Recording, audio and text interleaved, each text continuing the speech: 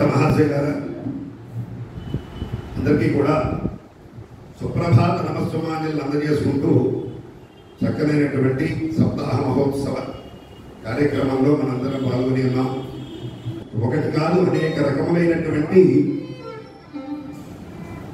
యశస్సుని, అదేవిధంగా సరస్వతి అనుగ్రహాన్ని పొందిన గొప్ప మహనీయుడు, చక్కని బ్రాహ్మణ వంశ సంజాతులైనటువంటి ఆదిభట్ల వంశ ఆణిముత్యం, అలాగే హితశేషుడు నేతి లక్ష్మీనారాయణ భాగవతారి గారు, వారి పాదపద్మాలకు నమస్కరిస్తూ ఇంతటి మహత్తర క్రతువులో నాకు కూడా ఒక చిన్న అవకాశాన్ని కల్పించినటువంటి శ్రీ బుర్రా పద్మనాభ శర్మ గారికి, అలాగే పెద్దలకి అందరికీ కూడా నమస్సుమాన్యులు తెలియజేసుకుంటూ, నిరంతరము ఆశీర్వచనమపేక్షమాణాయ ఆయుష్మదే స్వస్తి భవంతో బ్రువంతు అని వేదవాక్యం. అంటే ఆశీర్వచనాన్ని అపేక్షిస్తూ ఉండాలి బ్రాహ్మణుల నుంచి. కాబట్టి అటువంటి ఆశీస్సులు అందజేయాలి నాకు అని కోరుకుంటూ, ఈ కథాగానంలో చెప్పబోయే మంచి విషయాలన్నీ మా గురువులు నాకు అందించినవి గాను, ఏవైనా కొద్ది మన భాషలో పైత్యం అనేది ఉంటే నాది గాను భావన చేయవలసిందిగా భావిస్తూ, అందరినీ కూడా ఏవైనా అపరాధం ఉంటే మన్నించవలసిందిగా ప్రారంభమనే కోరుకుంటూ, ఎందుకంటే నేను పెద్ద విద్వాంసుని కాదు హరికథ విషయంలో. హరిదాసులందరూ కూడా విధిగా ఈ కీర్తన పాడి తదుపరి కథకి వెళ్ళాలి అని పెద్దలు చెప్పేవారు.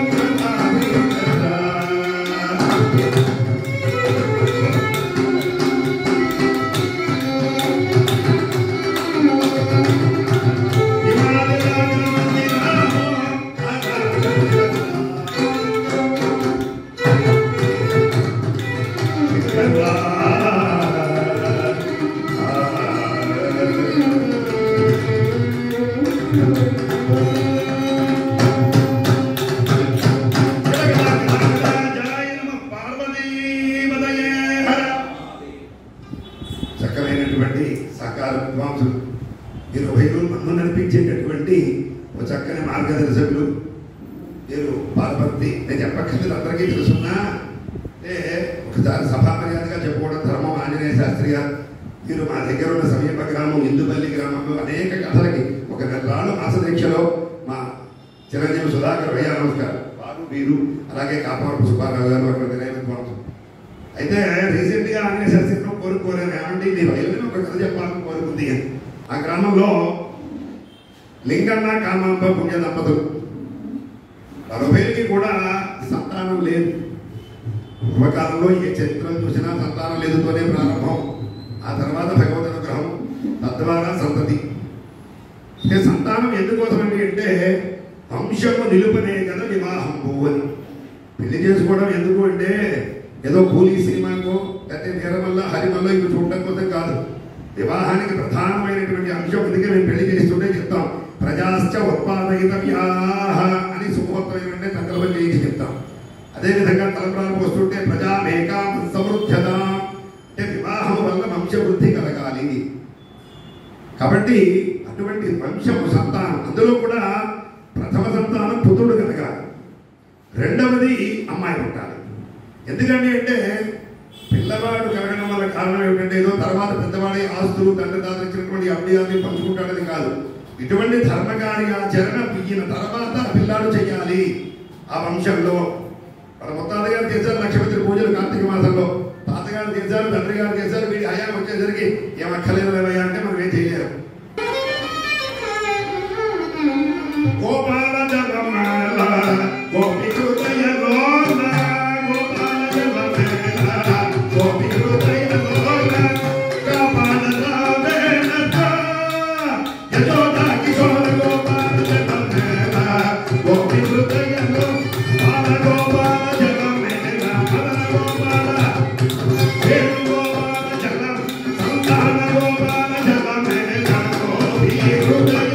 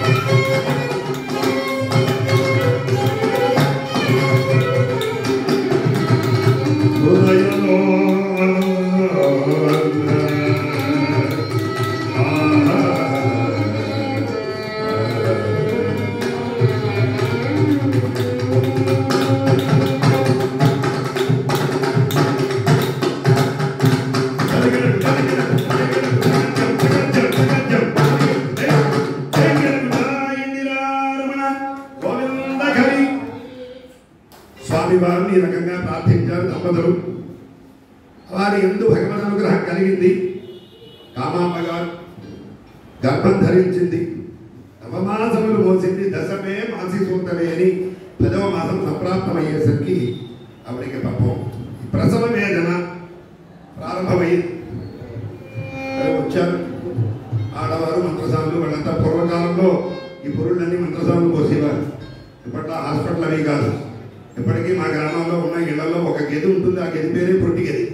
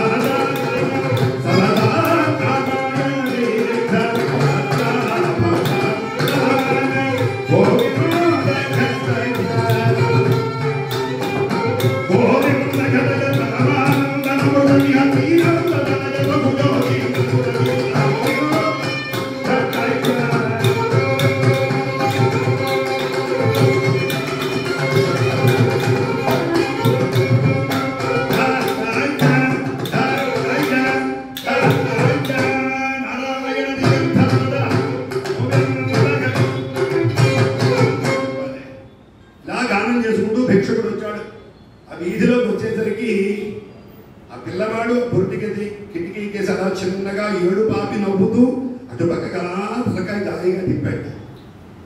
వారికి భిక్షం వేశారు. భిక్షకుడికి పంపించారు.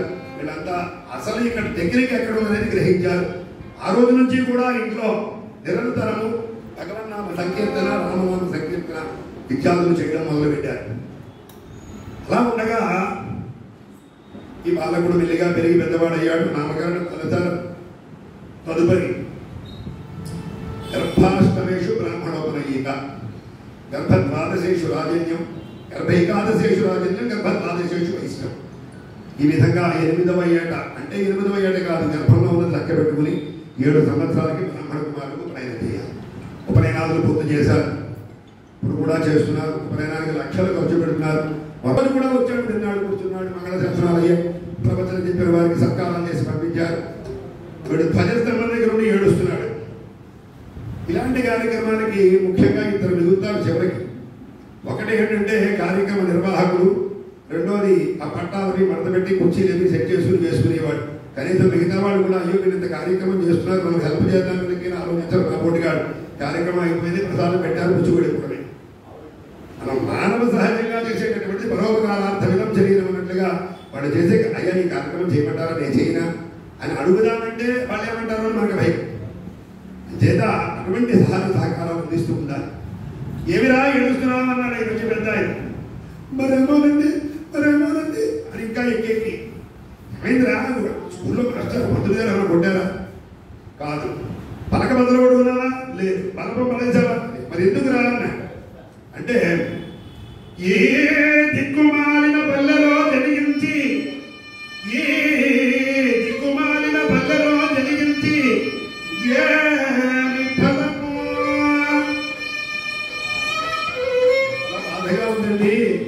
నిన్నటి వరకు రామనామాన్ని గ్రోలాను 7 రోజుల పాటు అద్భుతంగా. ఇవాళ అది అయిపోయింది, రేపటి నుంచి ఏం చేయాలి? అయినా ఈ పుట్టింది ఈ దిక్కుమాలిన పనిలో నేను ఇక్కడ, నా జన్మ ఇక్కడ, రాముని సేవించాలి, ధరించాలి, ముక్తి మోక్షం పొందాలి ఎలాగా అని అందుకు ఏడుస్తున్నానండి అన్నాడు.